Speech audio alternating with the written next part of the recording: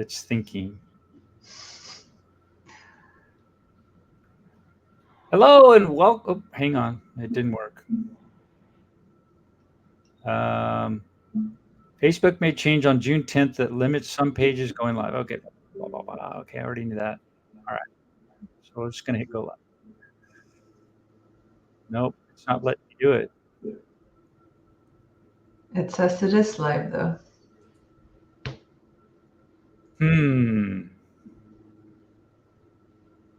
We're having difficulty here.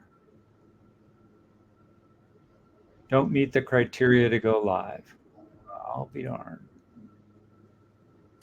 I guess we'll just take Facebook off the list. Remove Facebook.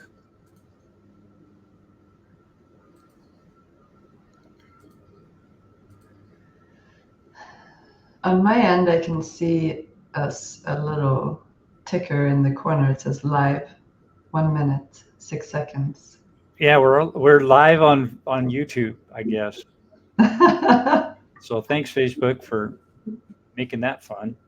Hello, I guess let's get going. We're live, right? So, hello, YouTube. We had to take Facebook off because they changed their algorithm on June 10th, and I haven't updated my stage yet. So sorry about that, but we can cut all this out later. This is the Bold Leadership Story Show, where we talk about experiences shaping exceptional lives. And today I have the honor of speaking with Kajsa Bushman. Kajsa M. Bushman. Did I get that right? Yeah, you did. Thank you so much for having me, Jim.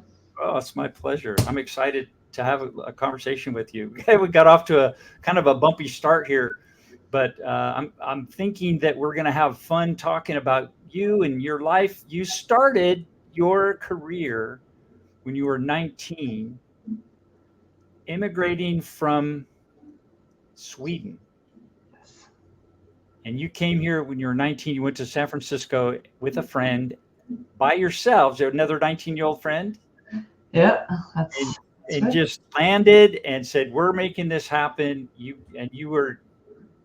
came here to be what, an au pair or something? Yeah, I came to be a nanny, and we landed in the San Francisco Bay Area, in Marin County. 2 different families, and we were both nannies, and yeah, it was a bit of a culture shock, I think, coming from Sweden to America, and especially a very affluent area like Marin County, and that was different from where I came from, in a little bit of a rural setting in Sweden. So it was fun and adventurous and challenging, and ended up cutting my au pair year short, and enrolling in community college in Marin County, College Marin. Yeah. So I gotta explore that a little bit. 19 years old. When I was 19, I was like, I was like, well, I think maybe I'll go to college, maybe a 4-hour drive from home, because that's far enough.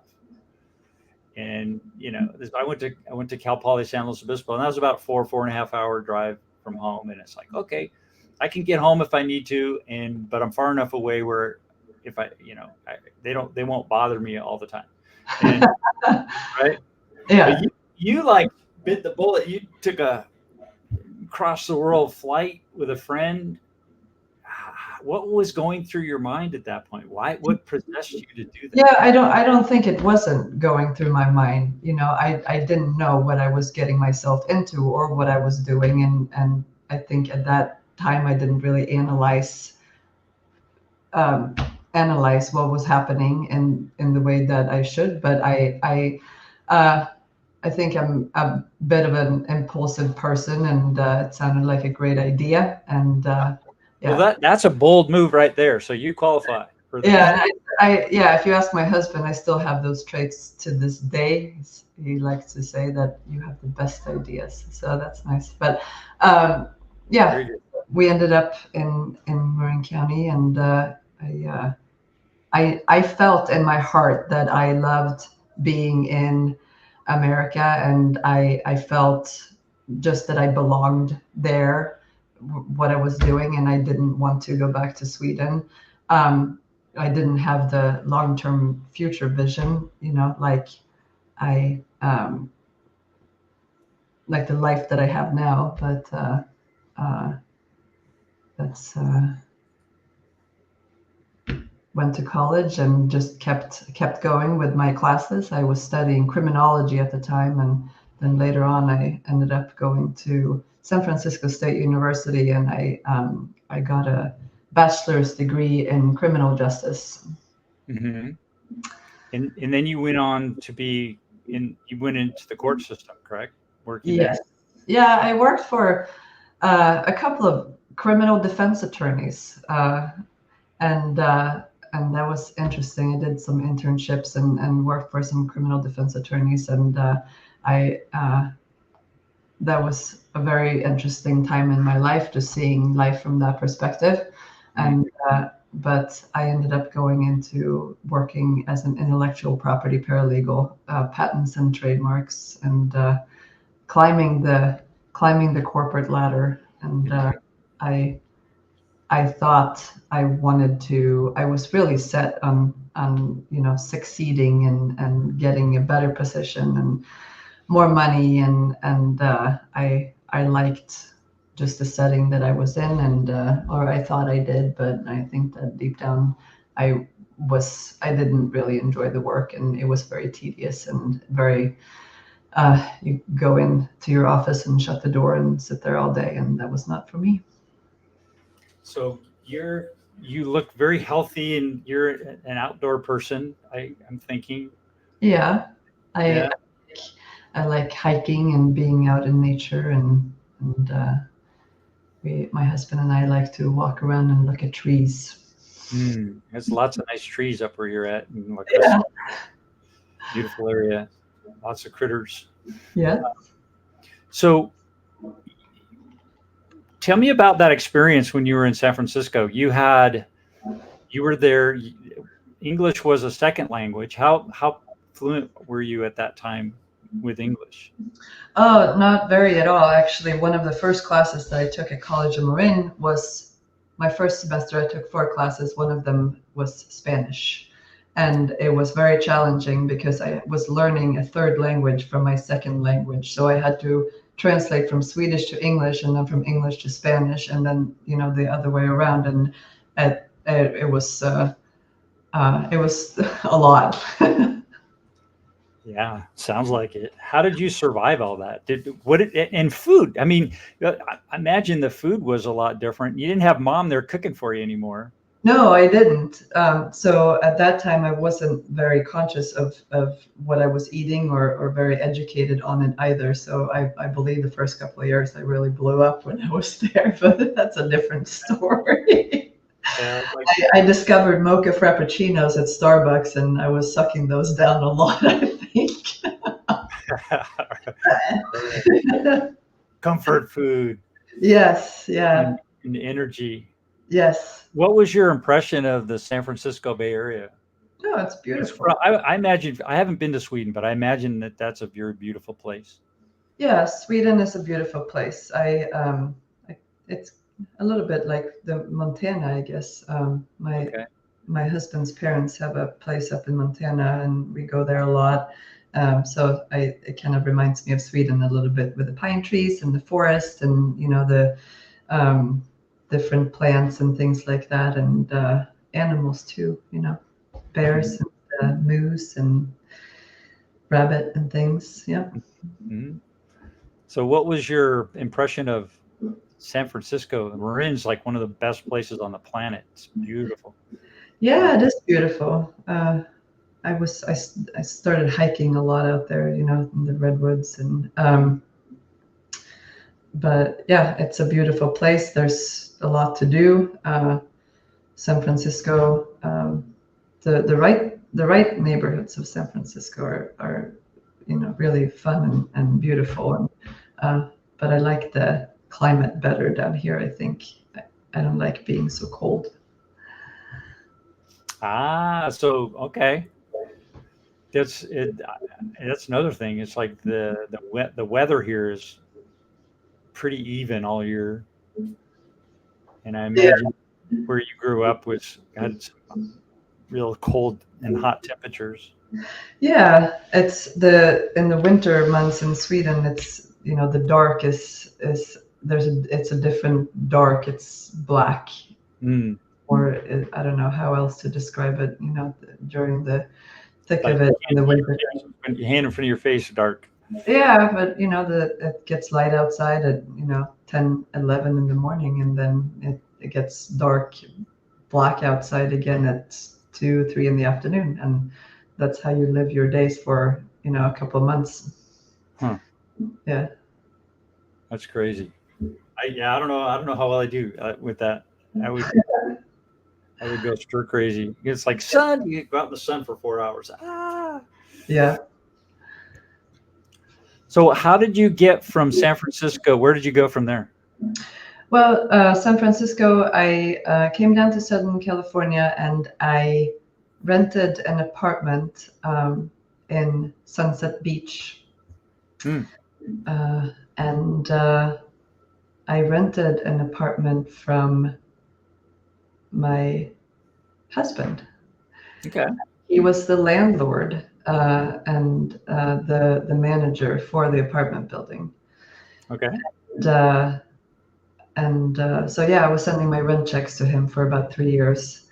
And then I moved out from the apartment to move in with a girlfriend of mine. I wanted to save money and buy a condo because I at that time, yeah, I was single and I didn't want to I wait to start my life and buy a house and all these things, and I thought I should buy a condo, and that's a better financial decision. Mhm.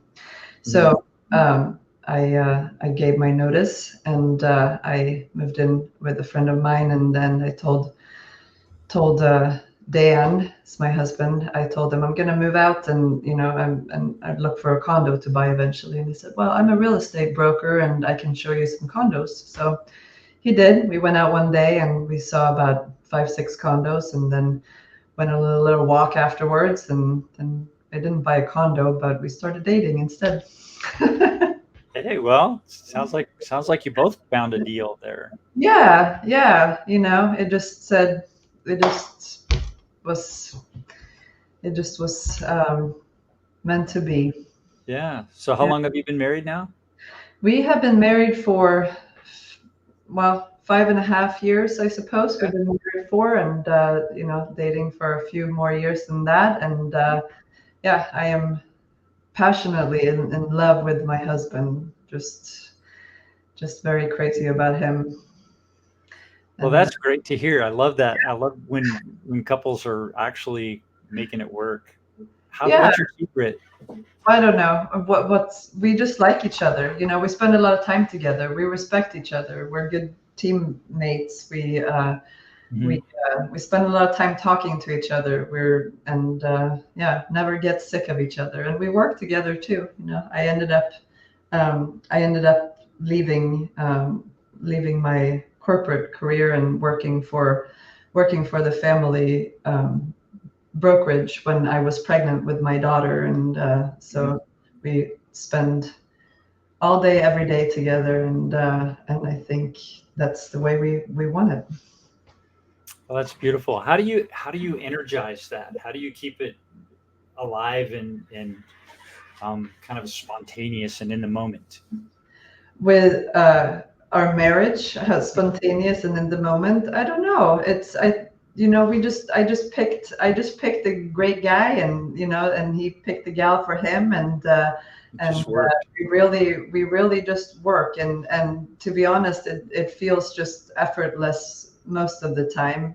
Of course we have our discussions like everybody else, but it's really quite effortless. And I don't know, we have our marriage and family meetings, and just really get on the same page about stuff, and also have time alone, and having a 5-year-old is difficult, but we make it work somehow.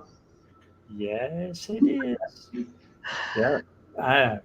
Well, that's absolutely part of leadership is understanding, those relationships and keeping them fresh and real and supportive and moving in a direction uh, that's that everybody's working towards ideally. So it's not easy to do from my experience. I was married 32 years and we've divorced. Yeah. I had we had some really great times, but it just we grew apart. I was traveling way too much, so I was gone a lot. Yeah. So I think it got tough Yes. towards the end. It was a challenge. So anyway, I honor and appreciate that you're working at it and having fun with it and making it happen for you and your kids. And what do you guys like to do for fun? We like to be outside in nature, Hmm. and I don't know. We've been we bought our home in La Cresta a few years back, and so we've been renovating, and yeah, that doesn't sound like fun to a lot of people, but it can be fun sometimes. And even there, we have some projects that we do together, and it works well.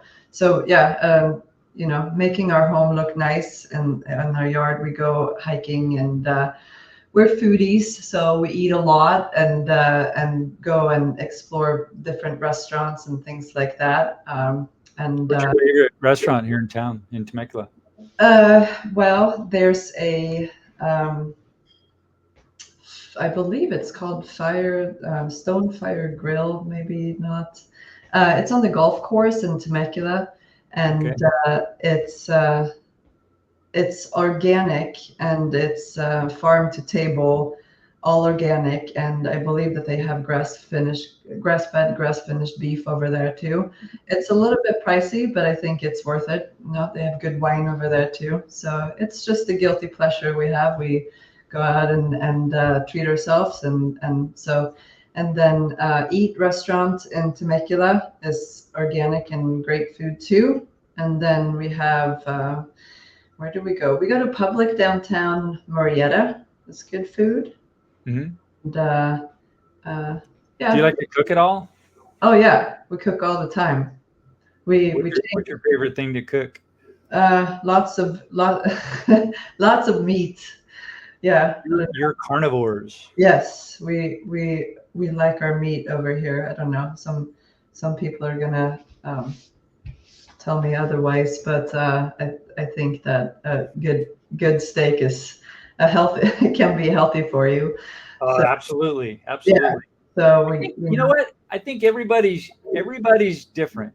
yeah. Like for me, my girlfriend Lisa and my girlfriend Lisa Laree, she's a professional ballerina, so she's exercising a lot. She's like always at the studio and she's exercising. So Oh, and she's a carnivore, and oh, she will eat amazing amounts of meat, and she does great on that.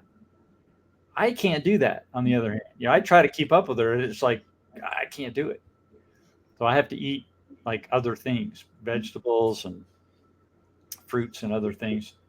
So, but I'm amazed at how well she does just on meat. yeah, I was trying to tell her, no, you got to do this, you got to do that. She'd try it and then she'd go, no, it's not working for me. I don't have the energy. So, yeah. okay. Yeah, we changed our diets last year, circa around this time, I suppose. So it's been a year, and we eliminated um, dairy and sugar and grains, and we eat organic, grass-fed, grass-finished meats. And So doing that, you just blow through that like it's, oh, we just did that. I got to well, feel like it's there's like a story there somewhere. it takes some time, and I was racking my brain in the beginning. It's like, how can I possibly cook without cheese and cream? Because I did a lot of that, but it's just mind over matter. You just do it. If we were just feeling a little bit like, I don't know, we can probably feel a little better. It's just something we just needed to tweak something. So we did this 4-course or 4-week program with a friend of mine up here in La Cresta, and it's just basically eliminating inflammation from your gut. So and that will do it. Sugar is causing inflammation, and so there's all of these other foods that people eat on a regular basis, and so we eliminated those things and did those 4 weeks, and my husband stopped snoring, and I started sleeping a little better at night. And we weren't overweight, but when we started, but my husband dropped, I think, 19 pounds. I dropped 9. So then it was. I think it was a good move for us, and especially for our 5-year-old too. She doesn't need to eat a bunch of sugar, and she doesn't need to eat a bunch of food colorings and things that are in food-like substances these days. Yeah, food like this is not really a food. Yeah. Did you go through any of the hangries or the what is it, hypoglycemias kind of thing? Where you get Yeah, I've never heard I of gotta eat something.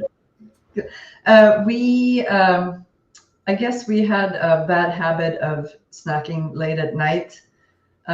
So that, just like any habit that I know on your previous shows, you've talked about habits and things like that. And I think, I think some habits are hard to break. So I think, going to bed at night and not having those crackers or whatever, is like that's just, it's not the crackers themselves, but it's the habit that you go and get something that you always go and get at that time of the day. So that's hard to break. Yeah, it's the mindset. But we did it. So for 4 weeks we were flawless in what we were doing. So I think Good for you. That's worth applauding. That I know that's not easy to do.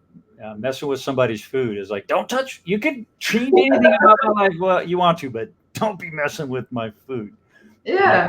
So, but it makes the best changes, the profound changes. Like you're getting better sleep, right? You lost some weight. You got some of the inflammation down, which is actually contributing to lowering your age potential. Yes. Right. And so there's a lot of benefits. Have you explored any of the intermittent fasting or having an eating window kind of thing at all? Yeah, I couldn't do that because I'm if I need to eat, I need to eat right now. So I'm that type of person. I just need to eat something if I get really hungry. So I don't. But I haven't tried it, so maybe I will try it and I will let you know. Okay. Yeah. I eat basically one meal a day now. Oh, okay. I have an eating window of about 4 hours. Okay. So I'm fasting 20 hours a day. And then I do periodically I do an extended fast. So I'll fast for 72 hours with just water and salt. So trace minerals. I bet you feel really, really light. Say it again, please. I bet you feel really, really light. I feel more energy. Actually, it gives me more energy. You'd think I'd be like down, but what's happening is my body is using up all of the stores of glycogen that my liver put away in my liver, put away in my muscles, put away in visceral fat, and my body's taking from those stores and pulling them out. And my body metabolically is actually getting younger. So I'm 66 by the calendar, but metabolically I'm down around 60.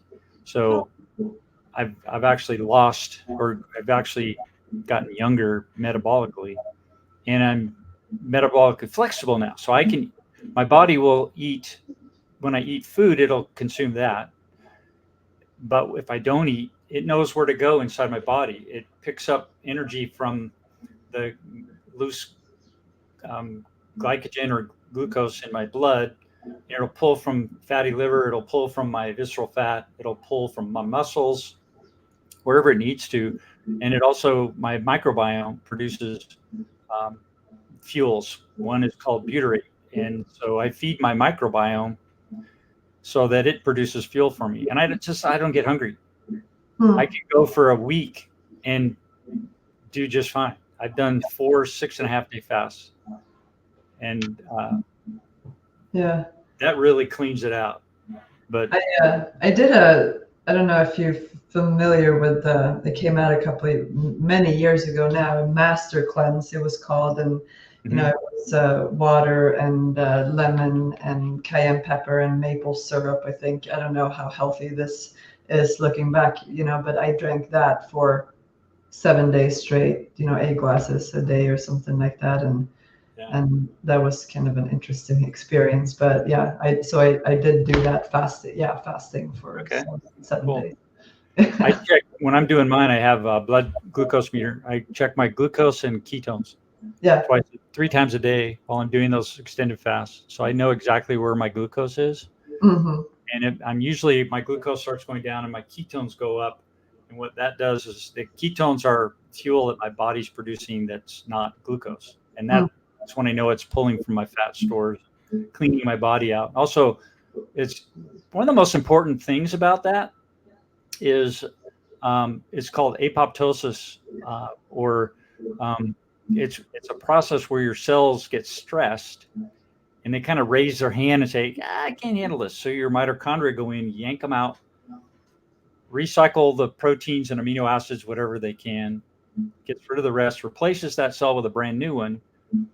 And so that's a process that actually regenerates your body much faster, gets rid of old tired cells that are not working, and they're breeding grounds for disease, really. And so that's why I'm getting metabolically younger, because it's actually called autophagy. Mm. And so the process that I do is focused on gaining access to that autophagy in my body. So that's why I fast, because it's actually reducing my metabolic age and improving my metabolic flexibility. So more than you ever wanted to know. But It's good to know. it's working for me. So it's like, okay, Yeah. it's been about 4 years of trial and error and figuring it out. So, but it's for me, it's been a lifesaver, because I'm gaining so much knowledge about my body and what it does, and listening to it and how it works. So now I can nurture it. I have used the heck out of it for years, forcing it to work 14, 16-hour days, not giving it good sleep, drinking heavy amounts of whatever, Yeah. pushing myself stress wise.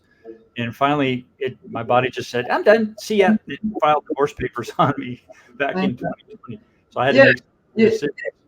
so important to listen to your body. You can, if you really listen, you know when it's time to stop and go and whatever you need to do. But I Yeah. think we're all in these different habits that are hard to break, and so it's hard sometimes to break those habits, but it's important to, we only have this body and we got to live with it for a long time.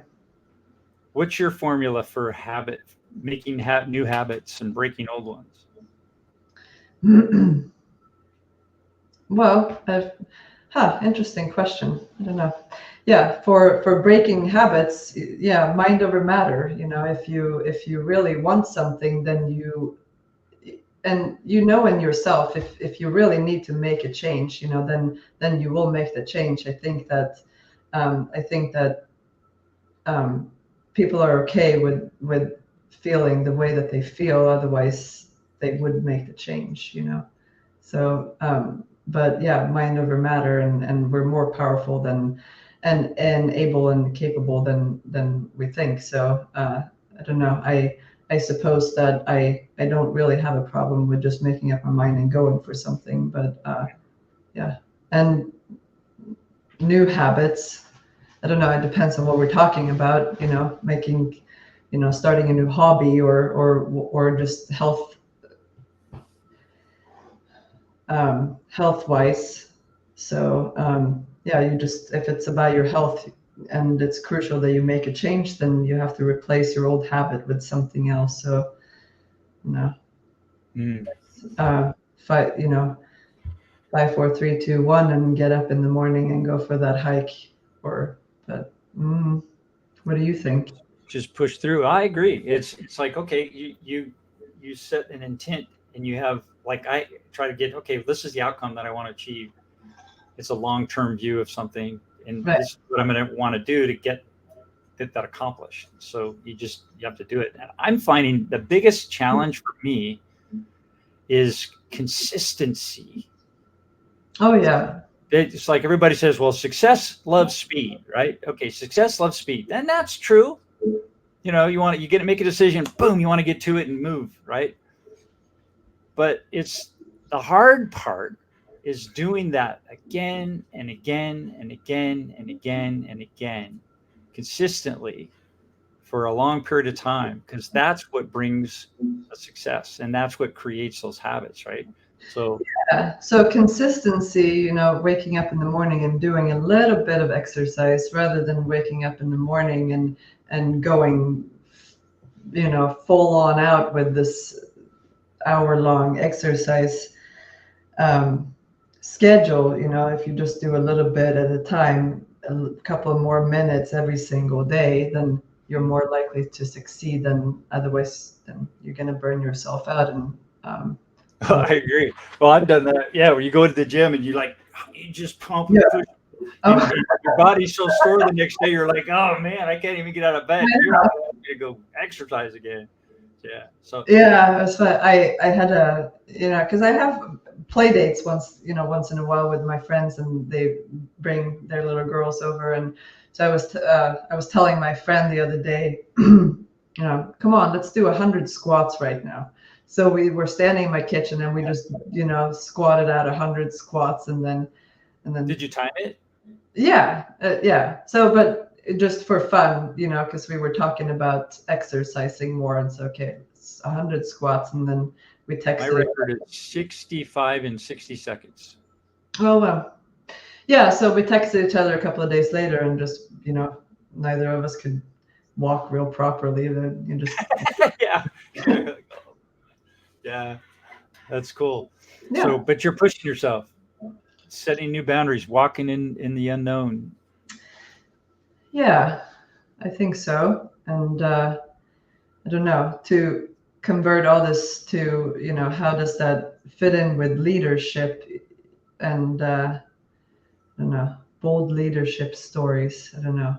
Um, I I never thought of myself as a leader or you know making big changes in people, but I like to think that I make changes in people from my home, with my daughter, my stepdaughters, um, you know, my husband, uh, and and just with the health decisions that we made, and just kind of, I don't know, leading by example a little bit. Like I mentioned to you earlier, I love marriage, and I am particularly blessed to have an amazing marriage, and I'm so in love with my husband, and I like that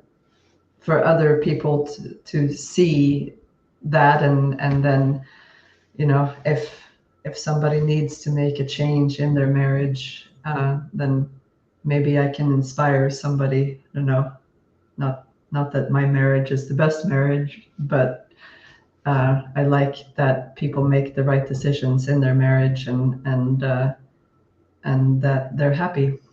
Mm. That's what I Yeah, want I to see. love that. You guys, I saw you and Dan up at the the concert last weekend at the Plateau. Yeah.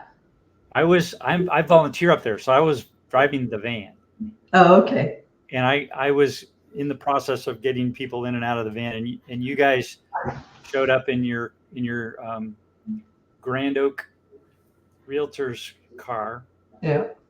beautiful automobile with a chauffeur driven, and you hopped out, and you're both dressed to the tens. I mean, you're like perfect, and you get out and you hold each other's hand, and you're walking. It was such a beautiful sight. I was like, oh, what a great couple. And then I noticed, oh, that's Kajsa. So it's like, okay, I get to interview her next week. Yes, this is going to be fun. So it was a great experience for me to see you guys, how you present, how you hold yourselves. That's a leadership right there, you know. Yeah. Yeah. Hold your husband's hand and And um, you were smiling, and there was nobody around. It was just me and maybe one other person. But you got out and you were walking in, and you were just smiling, and it was like, oh, that's a great looking couple. You know, it was fun. yeah, hold your husband's hand and let your husband lead you and let your husband open doors for you thank your husband for working hard for your family and enthusiastically give make some good meals for him and hand him a glass of water and suggest going for dates and I don't know, compliment him on the shirt he's wearing today and speak up in public about how great your husband is and never put him down in front of other people or behind his back. You always speak love and kind into your marriage, and I think both of us do that, and I think that's important, and it's fun. It's fun. I don't know. It's fun to have a marriage and a husband, that loves you. So Mm, that's beautiful. Yeah, love to hear that.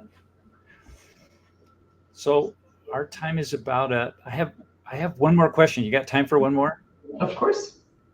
So I ask this of everybody on the show. It's taking a look at your whole life. Hmm. What was the boldest leadership decision that you've made, and what were the consequences?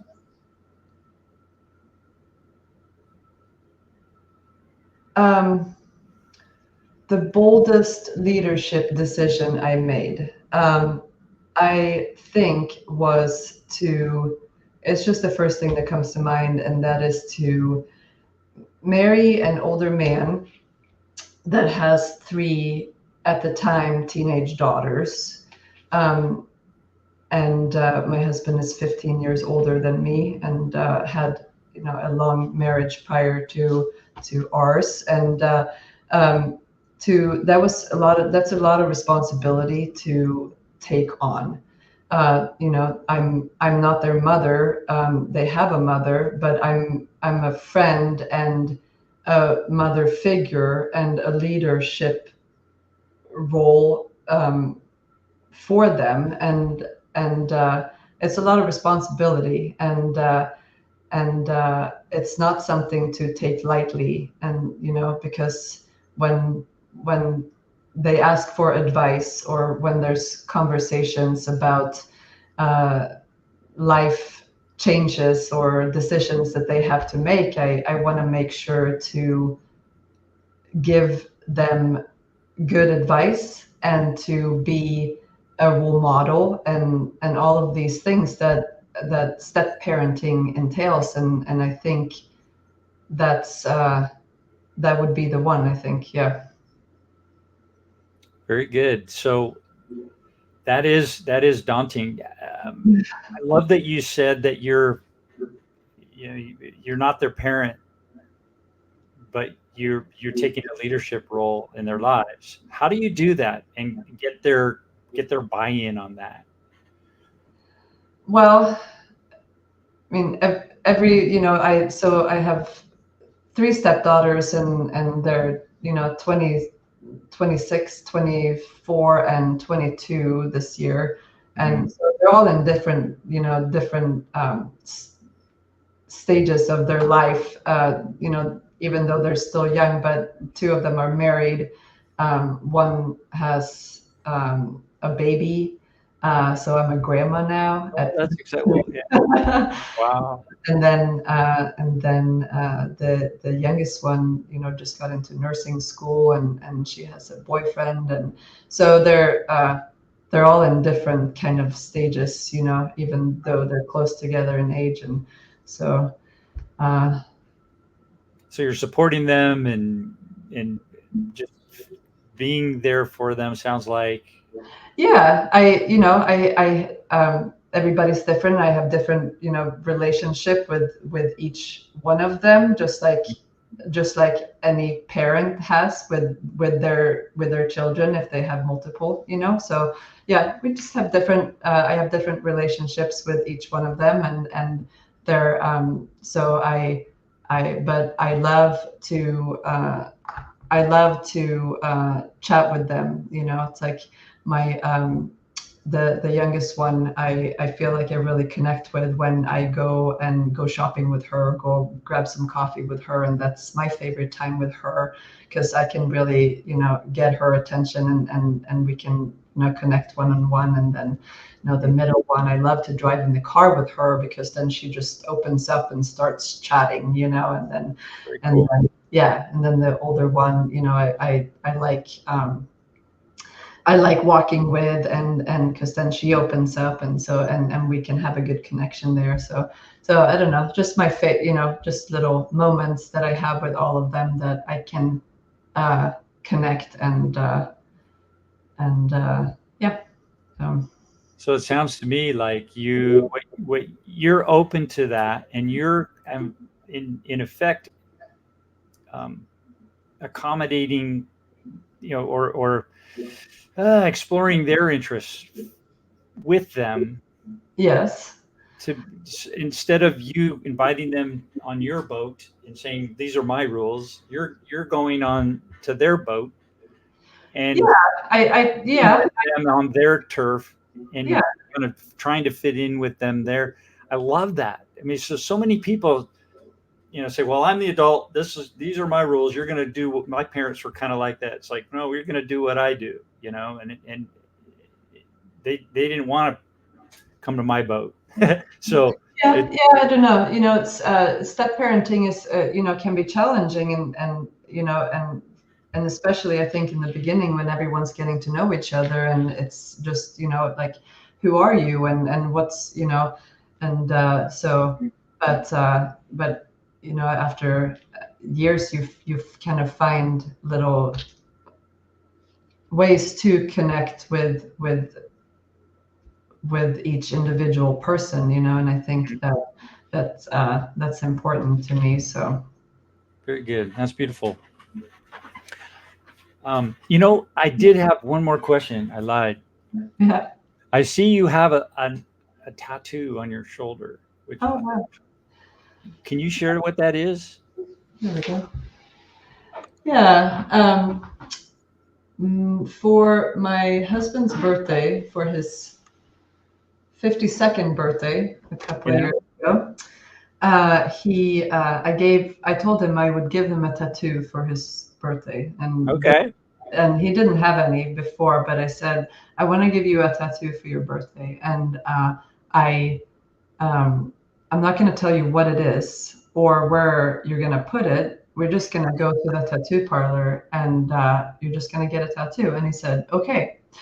Wow. All right.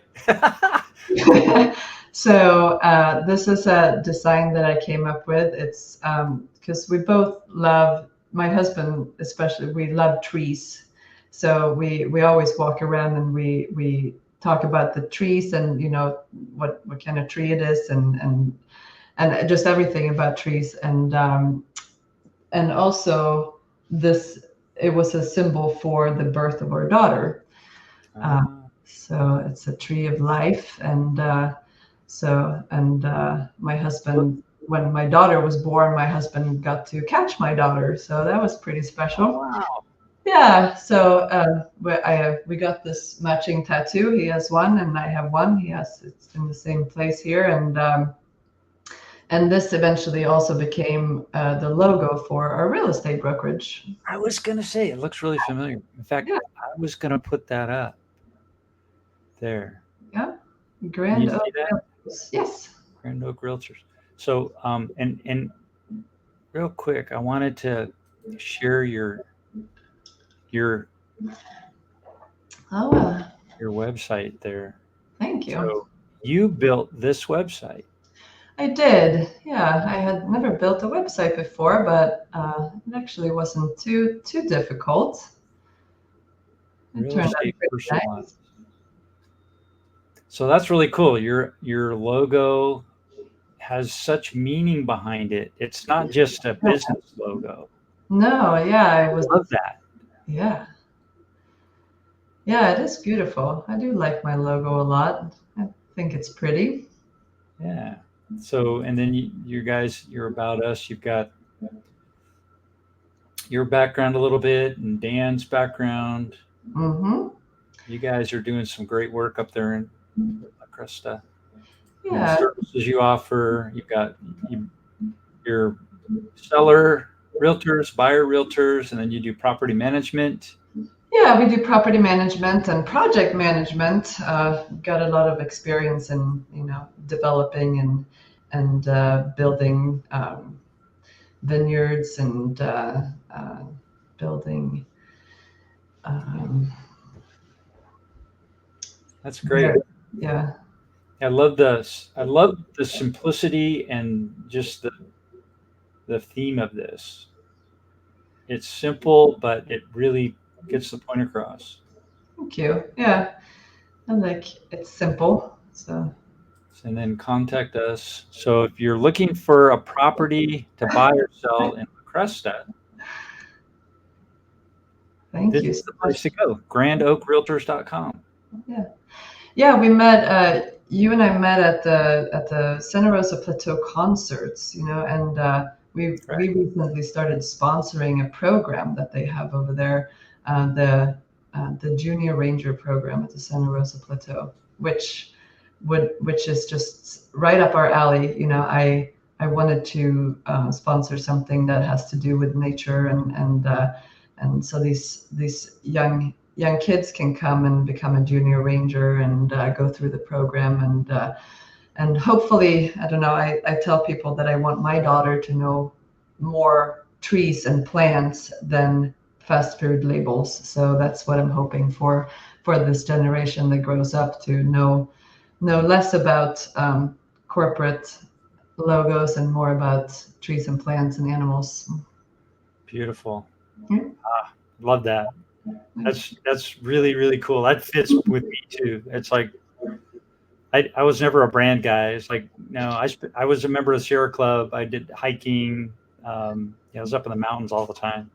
Yeah. When I was a kid. I just really get energized being out in the woods in the wilderness Yeah. and volunteering for the concert series at the plateau for the Santa Rosa Ecological Foundation is um, really a blessing and a pleasure. All right, so you're gonna be there on Saturday then for the jazz concert? Yeah, Yes, then we'll I see get to you drive the van again. then. That's fun. It is actually. It is. Yeah.